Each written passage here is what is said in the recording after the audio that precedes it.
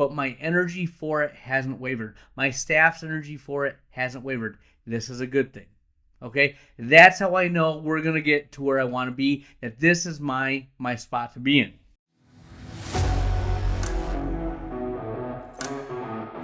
All right, my friends, the Ultimate OD Podcast, fun episode for you today. 3 ways to grow your practice. Yes, we're talking growth again. You want to grow, I want to grow, we want to grow. A little office talk, developing managers, closing thought of the episode. This is the Ultimate OD Podcast. Here we go.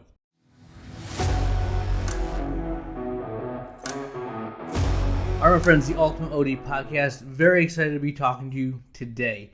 Before I get into it, I just want to give some praise and props to collaboration. Collaboration is the name of the game.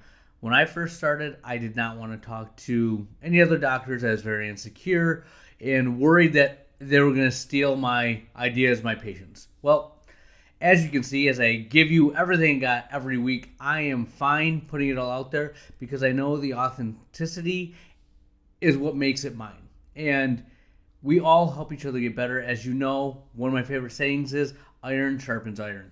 So I've had so many moments in the past month where just me getting out there, talking to more people, whether it's other optometrists, people in the industry, reps, frame lines, manufacturers of equipment, and putting out there what I want and seeing what comes back. This is what I want to do. How can we get there? Or if you have something, you come to me and I try and help you get through it. Next thing you know is it spurs an idea in my mind. This is how I can be better. A lot of the topics that I get are because someone will ask the question, how do I do X? How do I do Y? How do I do Z?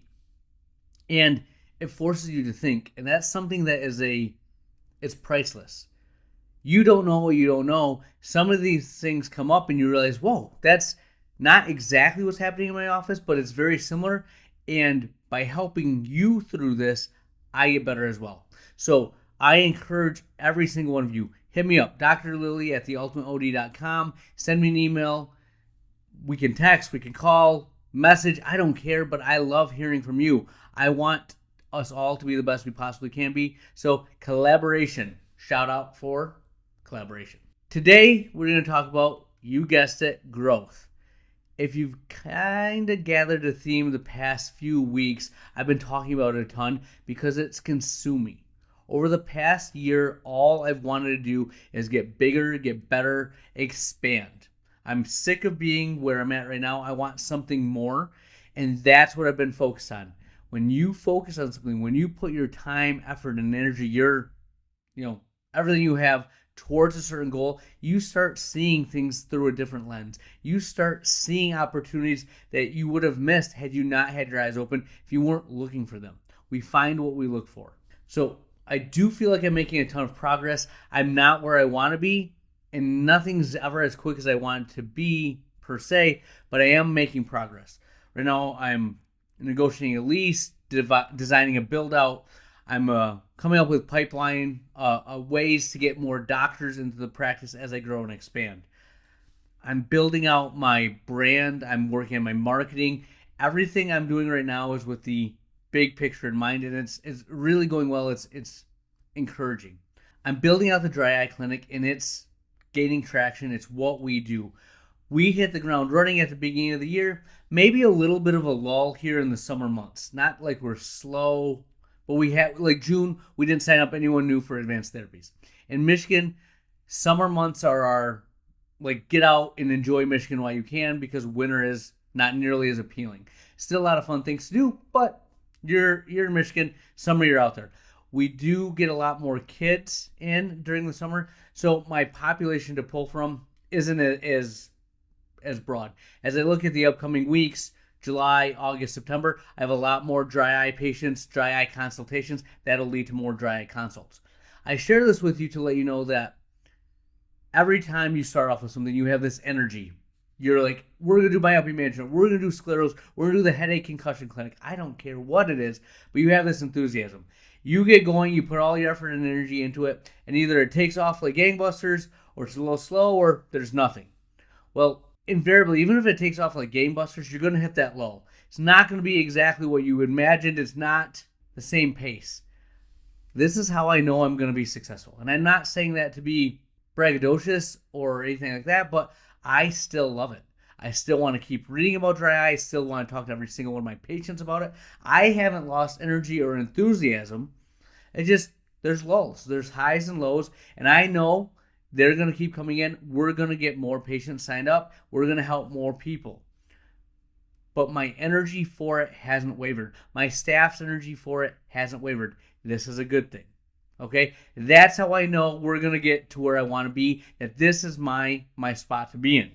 Now, that being said, as you grow, as you try to expand, you're going to have struggles. And the number one struggle is time, right? Where do you put your energy? How are you going to keep doing what you're doing and add something new? Get bigger than you are right now. You have to focus on patient care. Do you delegate? Do you take yourself out of the exam room and be more of the CEO? But you love patient care. There's just all these things that come up, and you're trying to, learn how to fly as you jump off the cliff. Because you can't remove yourself completely from patient care now because you're not at that spot. You're not ready to go completely into being just the CEO of your practice, because guess what? We still like seeing patients at this point. Right? Eventually, something's going to have to give. I'm going to have to move one way or the other. But that's why we're building this out. That's why I'm putting all the pieces in place. So when that time comes, I know exactly what I need to do to be where I want to be. And that goes back to preparation. Okay? One of the biggest worries and fears I think any new business owner has, anyone that's going to grow and expand, is that when you take me out of the equation, is the business still the business? Now, I'll tell you, if you take you out of the equation and it's not the same business, you don't have a business, you have a job. And that's not what we want.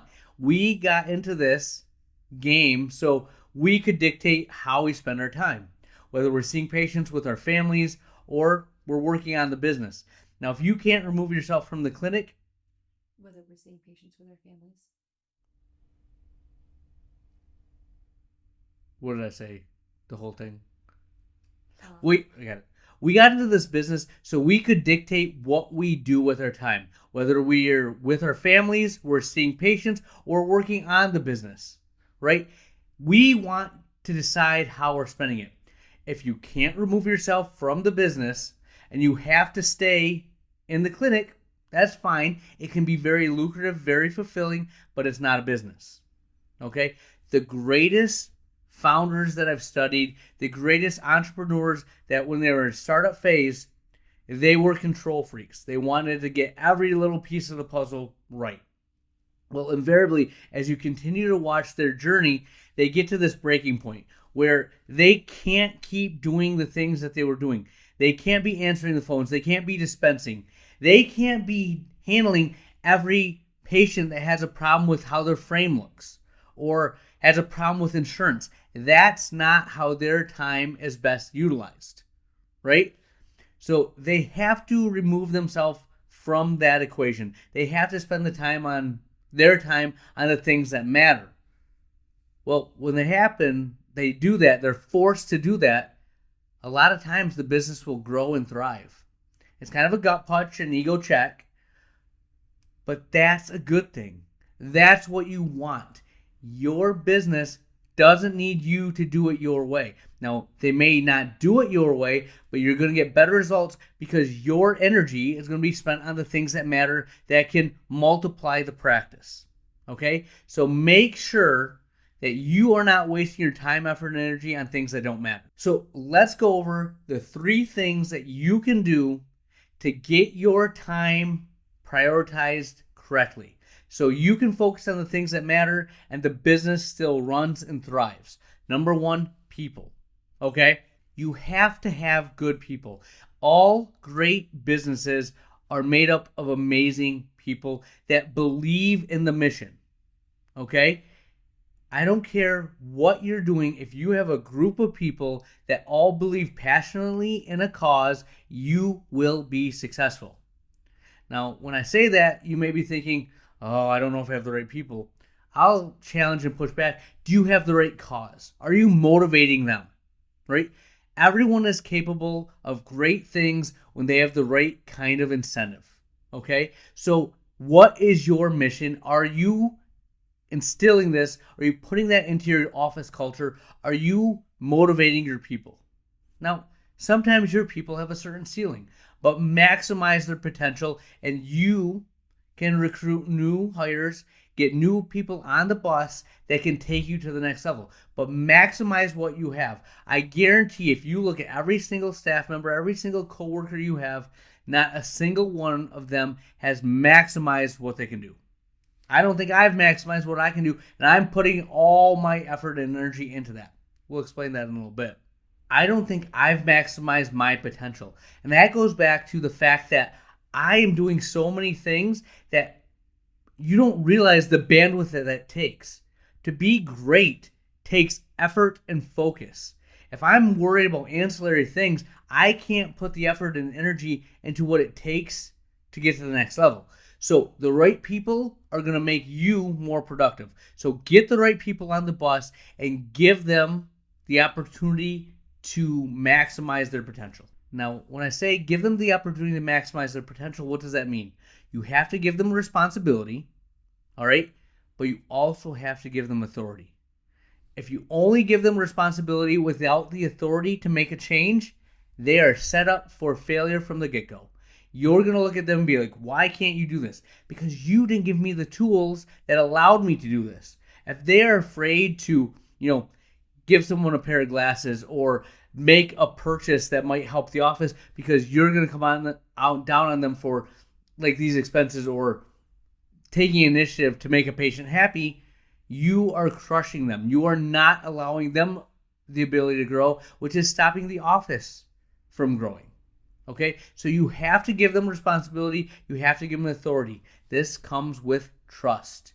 Make sure you have that trust. That's the foundation of this. All right? It's not earned in a day. It's not earned in a week. It's earned over time, bit by bit. It might be a slow, ongoing process, but again, always be working with a mindset that you have to build trust to give them the responsibility and authority to carry out the tasks they need to carry out to keep the business running and thriving when you're doing other things. All right, so we've got the right people on the bus. That's kind of scary though, isn't it? Because if you put all your effort and energy into, growing the business, focusing on marketing or recruiting new patients, and they're running the day-to-day, and they leave, now you're screwed, right? Now I have all these other irons in the fire that I have to let go to go back to run the practice.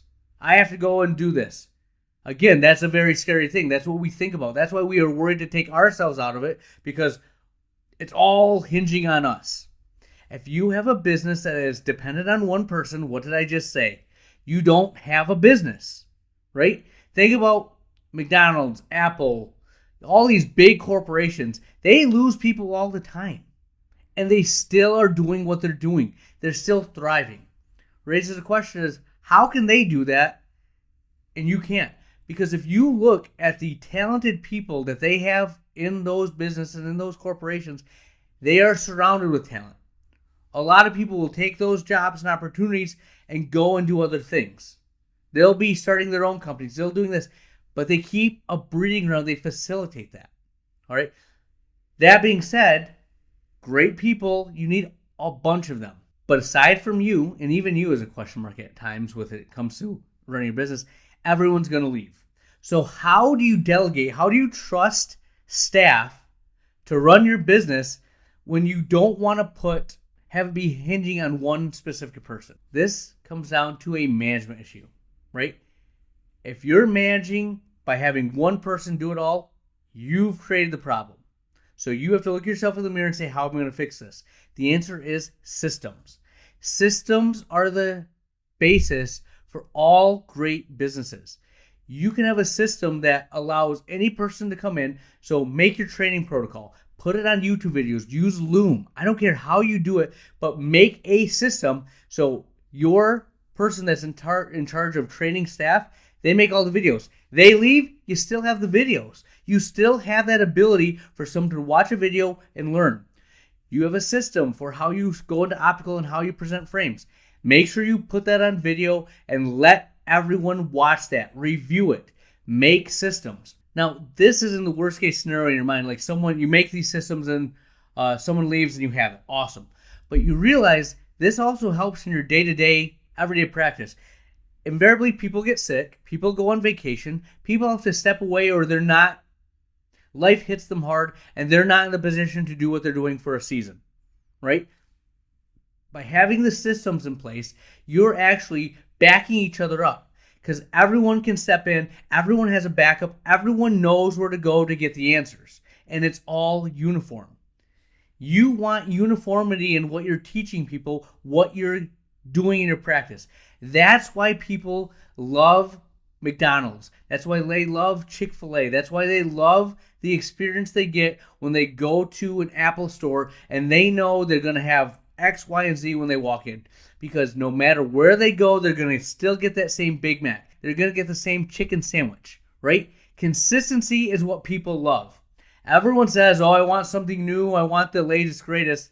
They do, but within the consistent framework that you've created, right? They can only handle so many new things. Think about this. When you go to your office and you try to change something up, look at the pushback you get. People are creatures of habit. Your consumers, your patients, your customers are no different. So make a consistent office by having a consistent protocol, having systems in place. All right, now we get to go to growth. You have the right people, you have systems. Someone leaves their seat on the bus, guess what? You have a system to move someone else into that seat and you keep going down the road. This is how you want to be because now you can start scaling. All right? Now, scaling is a very fun word for me. I want to do things at scale. I want to say, hey, once I get this cookie cutter operation in place, now I can start adding more offices. I can start adding more doctors, adding more people. Well, as I read more and more about scaling, one of the first things that you do is simplify. Let me give you a case in point. So in my office, I've been the sole doctor for the past 12 years. I know these are my family, my friends. We have a different relationship. Sometimes a patient will come in and I'll be like, hey, don't worry about charging them for this. Or, they get free glasses. They get this. They have the doctor discount. They know me a little bit differently, right? Is that scalable? Absolutely not, right? There's no way that a new doctor coming in is going to have that rapport with patients or that authority to make those calls. When sometimes people have issues, I just trump all of our systems and protocol and say, do this, right? You have these little things that you have in place like, oh, this is a special family discount, or we take care of these teachers. We take care of this, business this way, right? The first thing you do when you scale is you get rid of all that fluff and you get it as simple as possible. My worry in that is when I start, thriving in the dry eye space, how does that scale, right? You get rid of all those ancillary things. Well, what did we talk about in number one? You have great people that believe in the mission. If my mission is dry eye, we have people on board, right? That's just what we do. Number two, systems. Systems. Doctors are smart. We didn't get here by being a bunch of dum-dums, right? We can learn a lot of things. I know that I have a system in place for how my staff interacts on a dry eye eval. They know the workup, and after I do my exam, they know exactly what they do when they're talking to a patient. It's cookie cutter, right? That's scalable. We can do that. But I think my ego, right? I'm the magic that makes it happen in the exam room. No one's going to care as much as me. Right? That's probably true. I'm probably going to be a little bit better than someone coming off the street that hasn't done this. But you know what? When I go in and I do that dry eye evaluation, I go through the same sequence of events. I know I'm going to talk about their tear breakup time, their Schirmer test, their vital dye staining, mybography. There's a system to that. I can create a training video just like we are for everything else in the office. Now, my associate doctors, they're going to have their own flavor, their own brand, but I can give them the foundation. You always hit these 5 things. These are the talking points that resonate with the patient. It can be scaled, it can be trained, and if you believe in what you're selling, the sky's the limit. And I truly believe in it. I've seen it work. Enough of these doctors come in and they see the results with the patients, they're going to believe too. So there you have it. 3 easy ways to set up your environment for growth. Get the right people in, give them responsibility and authority. You have to trust them, right? Back each other up. Have systems in place that if someone leaves, if one cog in the machine, is out of commission, you're still functioning, you're still going. You have spare parts galore. You're a business, not a job. You don't have one person that makes everything go. And then when you're ready to scale, simplify, but make everything structured, and you can still scale a specialty, right? You can scale those nuanced things if you break it down to its simplest parts. Now, it's going to take some effort, it's going to take some energy, take some polishing, but it can be done. All these amazing businesses have done this. We are no different. What one person can do, another can do. Why not us? All right? So I leave you with this. In an industry that's wrought with turnover right now, we're losing staff members, doctors are retiring, private equity is buying things up.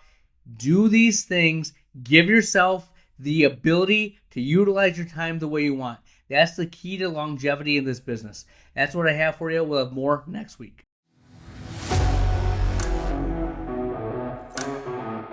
All right, friends, a little office talk. So I'm developing my managers. One of the biggest things I've read in all great leadership books, when I talk to other offices, managers, practitioners that are having businesses I want to replicate, other businesses in general, meetings. Not meeting for the sake of meeting, but meetings with a purpose. And in these meetings, the majority of the time, you need to be listening. You're there of, what do you think about this? How can I help you with this? What do you need? And you sit there and listen. Okay? Now, my managers are quite new to this, so I'm doing a little more talking, but I've cut my talking in half, right? I start off by giving them everything. This is what you do. This is how you lead. Now they're starting to take off. They're finding their own voice. They're doing it. But we're still meeting. We're reading the book, The 5 Dysfunctions of a Team. It's an easy read. It's a parable, like a fable type thing. And then there's some real key points to it. I'm trying to give my managers a foundation for what I want them to be. Now, they're not the CEOs. They're not managing executive teams. But I want them to have that mindset. I want them to have ownership in the business. I want them to be able to lead all different types of people, high skill level people, and let them know that your job is to maximize their talent. Even if they can do the same thing that you are doing better, that's not a reflection of you as being a poor person at the job. That gives me more confidence in you because you've made them do that. You've given them the tools and the abilities to let them grow. That's an art in itself. Think about you trying to get the most out of your staff. It's stinking hard, right? It's so difficult, but you've learned how to get better over the years, over time. That's what I want from them. So we're building that foundation. There's a lot of key points in it. I'll let you know how it's going, but I really like that book to start off. Now, the key to that book, the key to doing this is trust. I'm working on, through the book, having these conversations, building trust with my managers. They need to then instill that trust in their direct reports, their people that are under them in the organizational chart. This is an ongoing, constant process. How do you build trust? Well, being vulnerable, being open. I have no problem, as you see me on a weekly basis, I let you know where I stand and what I'm doing. I'm trying to share that with my managers as we go to grow. I'm involving them in all these behind the scenes things. How we are developing a marketing strategy, how we're developing our new office to build out, how to design things. They're right here with me. This is what I'm thinking. What do you guys think? What would you do? Do you like how this flows? Giving them ownership and ability. Now, they're like, we have no real idea how to do this. We've never done this. That's fine. But now that you've done this once, you have more confidence when we do it again. As you go and see why I'm doing things with this background context in mind, there's a level of trust. I trust them. I see where we're going. This is going to be good. I'm doing that for them, and now I'm trying to get them to develop that for my staff. This is me trying to develop culture in the office to get us the right foundation, the right organizational chart, so I can do the things I want with the future practice I'm building. So stay tuned. I'll let you know if it goes up or down, but We're getting better every week. We'll have more for you next week.